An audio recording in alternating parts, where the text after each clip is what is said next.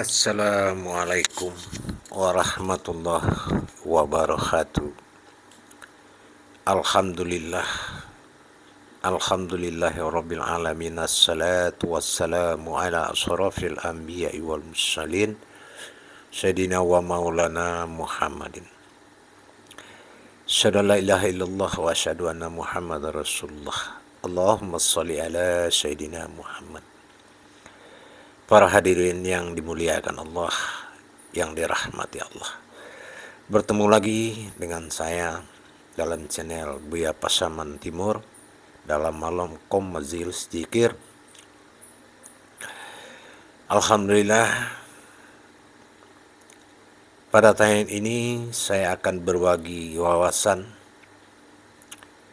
tentang hal yang sangat penting diketahui oleh seorang alim, ulama, para ustadz, dan para kita semua. Seorang imam khatib dan sebagainya dalam menjalankan suatu fitrah, yaitu membuka rahasia daripada kekuatan sebuah yasin. Dalam hal ini saya akan berbagi wawasan tentang qasamullah. Adapun qasamullah yang saya maksud adalah kita harus mengetahui hakikat yang sebenarnya di dalam menjalankan qasamullah. Kata-kata sumpahnya Allah, pengadilannya Al-Quran, yaitu Yasin.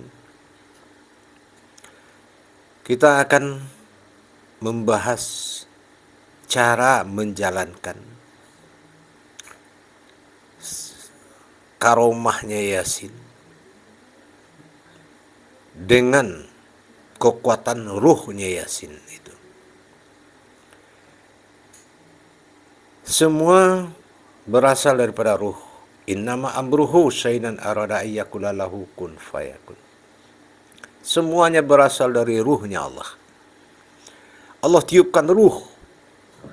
Dengan ruh itu juga kita akan kembali. Tapi apabila tidak ruhnya yang kembali kepada Allah, tidak ruh yang ditiupkan oleh Allah tadi, maka tidak akan diterima oleh Allah. Inilah innalillahi. Alif awalnya diri, alif akhirnya diri. Bagaimana caranya menjalankan mukatoahnya? Seperti dalam tayangan yang selama ini pernah saya sampaikan. Tetapi saya belum mendalami secara ma'rifatnya. Tapi sekarang kita akan berbagi wawasan tentang ma'rifat, cara menjalankan karomahnya Yasin tadi. Seperti yang pernah saya sampaikan, Yasin adalah mukatoah. Artinya mukatoah itu adalah 3 perkara. Tahu siapa yang membaca, tahu apa yang dibaca, dan tahu apa yang dibacakan. Nah, jadi di sini kita harus berilmu, teliti sangat kita. Mana ruh yang ditiupkan Allah yang akan kembali kepada dia sendiri. Di sini kita harus tahu dulu hakikat surat Yasin. Yasin, pengadilan Al-Quran. Yang dihakimi siapa? Wal Qur'anil Hakim, itu yang dihakimi. Mana Al-Quran yang dihakimi? Yaitu himpunan Al-Quran itu adalah Alif Lam Mim. Dari Alif Lam Mim tadi, hidupnya zat kepada sir, hidupnya nur kena zat. Itu adalah dikatakan hidup Al-Quran. Hidup dalam Allahu A'lam. Hidup dalam alamnya Allah. Kalau memang Mukatoahnya Yasin wal Qur'anil Hakim, yang Al-Quran yang akan dihakimi. Dan innaka laminal mursalin. Dan tahu kita bagaimana cara berpindahnya sebuah kodrat tadi, dari 3 kodrat menjadi 1 kodrat, kembali menjadi berangkatnya kepada sifat ruh bagi Allah yang ditiupkan. Maka kita harus tahu ruh Yasin itu yang akan berangkat kepada pemiliknya. Kita paham 5 kodrat dijadikan oleh Allah dalam sandaran untuk bertajali kepadanya. Sifat jasad mencari ruh, sifat ruh mencari nur, sifat nur mencari zat, sifat zat mencari sir. Tajali yang 5 ini membuat keberadaan ketuhanan Allah untuk disembah. Di dalam perjalanan tajali sirullah, kembalinya innalillahi, dengan syarat wa inna ilaihi rajiun, harus bisa mengembalikan asal demi asal. Kalau mengembalikan asal demi asal, kita harus paham asal daripada sir rahasia adalah sebuah tempat kodrat yang tidak beri nama. Muncullah wujud dinamakan ada, muncul maujudlah dinamakan zat dan sifat. Nah, kalau alif sudah kembali kepada ba kembali kepada titik. Titik lenyap di dalam domah, titik lenyap di dalam sukun kekosongan. Maka di situ hanya ada ruh, satu ruh yang membuat semuanya hayat, yaitu ruh hayatullah. Nah, ruh inilah para hadirin yang akan menjemput kembali kepada asalnya. Di sini saya akan berbagi wawasan untuk bagaimana mengembalikan ruh Yasin ini. Ruh Yasin kembali kepada titik sukun kosong tadi. Dikala seseorang alim, seorang ustadz, seorang khatib, ulama duduk di depan seseorang yang telah dikatakan mayit, almarhum, sebelum dimakamkan atau setelah dimakamkan, maka sehari-hari dalam mengadakan rabita alal wasilah, memberikan syafaat, memberikan fadilah, perjalanan penyempurnaan dalam langkah ganjil dari 3 hari, 7 hari, 9 hari, dan selanjutnya, rumus lenyapnya alif kepada ba, lenyapnya ba kepada titik, titik sirna dalam sukun kosong. Itu adalah mata hati yang tidak terputus dari seorang alim, seorang ustadz, seorang habaib, dan segala para ulama yang mengadakan rabita halal wasilah. Apakah dalam tawasulan, bertawasul, dalam rangka mengantar dan mengembalikan ruh ini kepada asalnya. Ruh yang ditiupkan akan kembali kepada pemiliknya. Maka cara pengembalian tadi adalah ruh itu sendiri yang membawanya. Maka tiupkanlah ruh Yasin itu, ruh kodrat tadi, ruhnya Allah kepada diri sifatnya Allah tadi. Jasad berwali kepada Nur Muhammad, sementara zat Allah berwali kepada rohani, dan nyawa berwali kepada batin.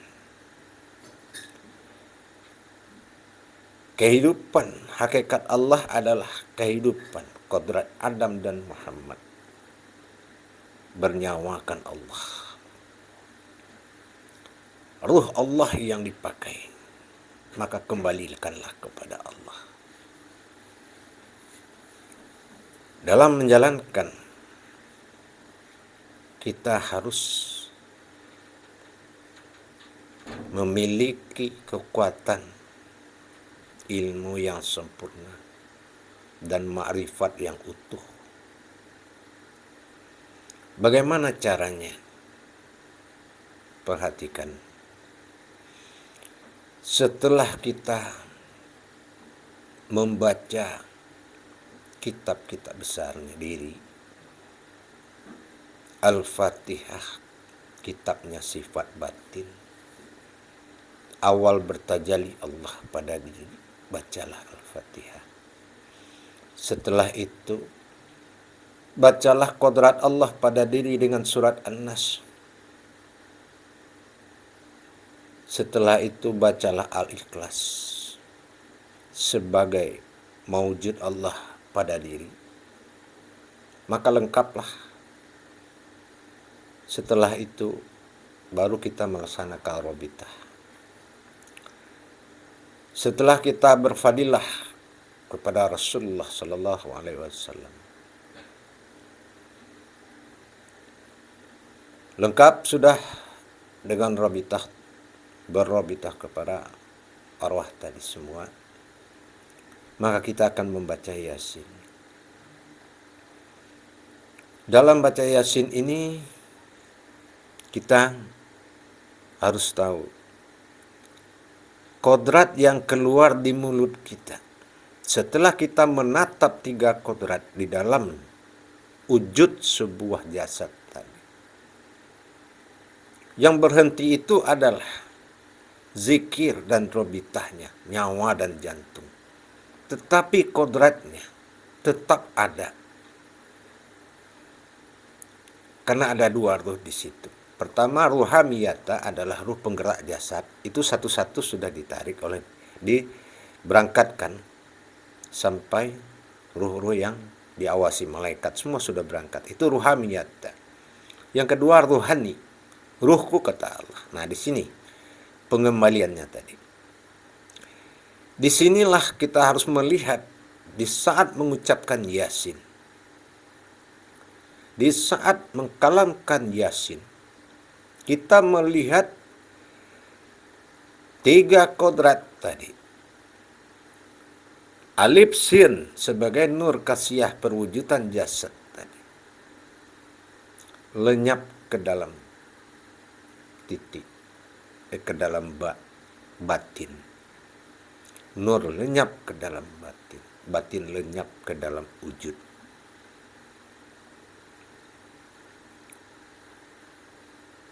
Wujud ada dalam ketiadaan. Begitu yang 3 ini mundur dengan satu ucapan, yaitu ya, kita melihat ia itu harkat kodratnya adalah qalbi, hati. Yasin, Yasin, Yasin. Nunnya tidak boleh panjang. Yasin tidak boleh panjang. Yasin.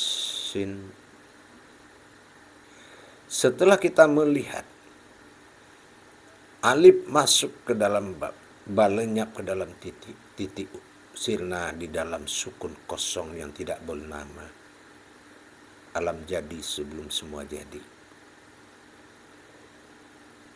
Maka sin, ruh yang keluar, sin, itu adalah satu tiupan tadi. Itulah ruh yang akan menjamin kembalinya alif kepada ba, bal lenyap dalam titik, titik sina dalam sukun kosong. Ini satu teriakan. Nah, di sini sudah dikatakan dalam surat Yasin, in kanat sayatan wahidatan faizahum jami'ul ladaina mundar. Dengan satu teriakan, maka semuanya terkumpul kembali kepada tempat asalnya. Itulah satu teriakan tadi. In kanat sayatan wahidatan hamidun tadi. Yaitu sin. Sin. Ruh itu. Sin. Nah, itu ruhnya. Sin. Sin. Itulah ruhnya. Sin. Setelah pandangan menyelesaikan, baru tatap wujudnya. Kalau dia sudah tiada, berarti membayangkan wajahnya. Wal Qur'anil Hakim. Barulah kita melihat wujudnya. Innaka laminal mursalin. Disitulah kita melihat ketiadaan dia lagi.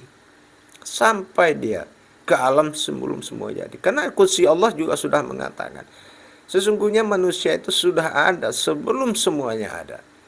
Maka kembalikan ke dia ke tempat sebelum semua ada. Nah, disinilah yang dikatakan sirna alif dalam ba. Ba kembali ke menjadi wujud sukun. Maka 00. Disinilah kebenaran mukatoah seseorang pemimpin daripada surat Yasin tadi yang harus menyelamatkan inna lillahi seseorang. Kembalinya alif kepada alif. Kan berarti alif kembali. Nah, bukan jasadnya, alifnya kembali. Nah, alif itu dua. Kembali alif nyata kepada alif yang tidak nyata. Ya, yaitu alif aftar itu nyata, alif badal itu tidak nyata.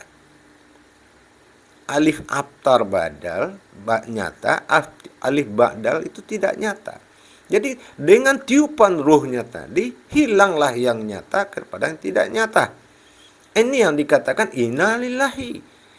Persoalannya, sanggupkah seorang yang mendawamkan, seorang ulamanya, seorang ustadznya, menghilangkan alif aftar kepada alif badal di depan seorang mayat? Itu saja. Barulah innaka minal mursalin. Nanti akan diterima oleh Allah. Apa kata Allah? Salamun haula min rabbir rahim. Selamat datang, salam sejahtera, selamat atas kamu. Kalau memang salamun haula min rabbir rahim, pasti tubuh rahim itu pasti datang kepada Allah. Tubuh jasad tidak akan datang.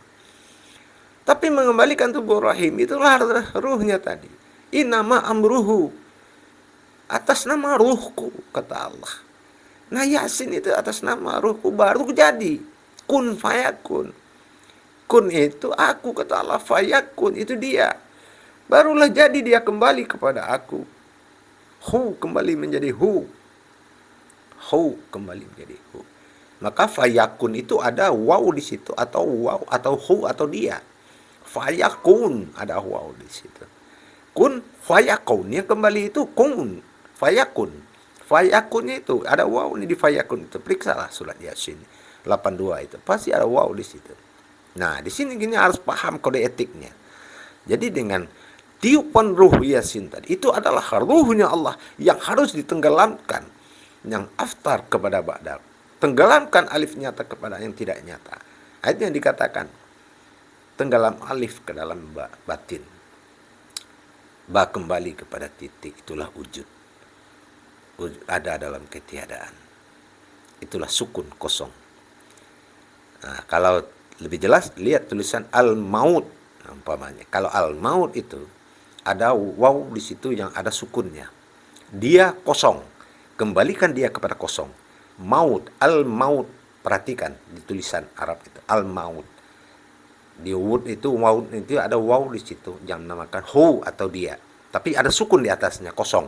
Nah, itu berarti kembalikan dia kepada kosong. Nah, itu tugas kita, mengembalikan dia kepada titik kosong dia. Nah, itu insya Allah. Jadi dengan kita sudah punya wawasan menyelamatkan diri kepada Allah. Nah, kalaupun ini, Yasin itu bukan hanya untuk orang meninggal atau orang mati. Di saat kita beribadah syahadah, zikir tinggal, zikir batin, zikir sir, jalankan seperti itu. Nah, di dalam kekosongan tadi, berapa lama keakuan Allah bertahan dalam dirimu? Berapa lama engkau tidak menjadi aku, tidak ada akunya di situ. Di kekosongan daripada sukun tadi. Lenyap alif ke dalam ba atau batin. Batin mewujud kepada asal titik. Titik adalah ada dalam ketiadaan. Berapa lama kamu tiada, tapi berapa lama Allah ada. Dia, akunya Allah ada di dalam dirimu itu. Boleh dipakai itu untuk pengamalan tingkat tinggi. Pengamalan syahadah itu paling langsung kepada Allah. Nah, jadi begitu para jemaah, para hadirin. Jadikanlah amalan ini benar-benar amalan yang paling mendekatkan diri kepada Allah. Bahkan malah mengembalikan haknya Allah dengan sempurna.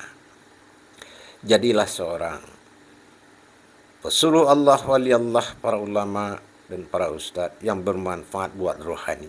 Jangan hanya bermanfaat buat jasmani, akidah dan akhlak, tapi kita juga harus bermanfaat pada tujuan utama Allah, inassalamatan, yaitu yauma mumitu, bagaimana menyelamatkan kematian seseorang, dan bagaimana yauma absawaya, yaitu menyelamatkan sampai bertemu dengan Allah.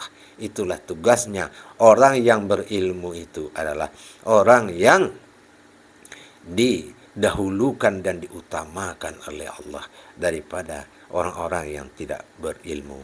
Jadilah ilmu yang bermanfaat bagi kita semua dalam rangka perjalanan Allah ini dari dunia ke akhirat, dari zahir ke batin. Insya Allah mudah-mudahan bermanfaat, mudah-mudahan berkah, dan banyak kita bisa berbuat menyelamatkan kerohanian seseorang kepada Allah dengan ilmu. Insya Allah dengan ilmu kerohanian mudah-mudahan berkahlah buat kita hendaknya. Karena apa? Wahyu itu, ilham, irhas, laduni, semua hadam itu adalah milik Allah, yaitu milik orang-orang yang berilmu. Insya Allah. Akhirul kalam. Wabillahi taufiq wal hidayah. Wassalamualaikum warahmatullahi wabarakatuh.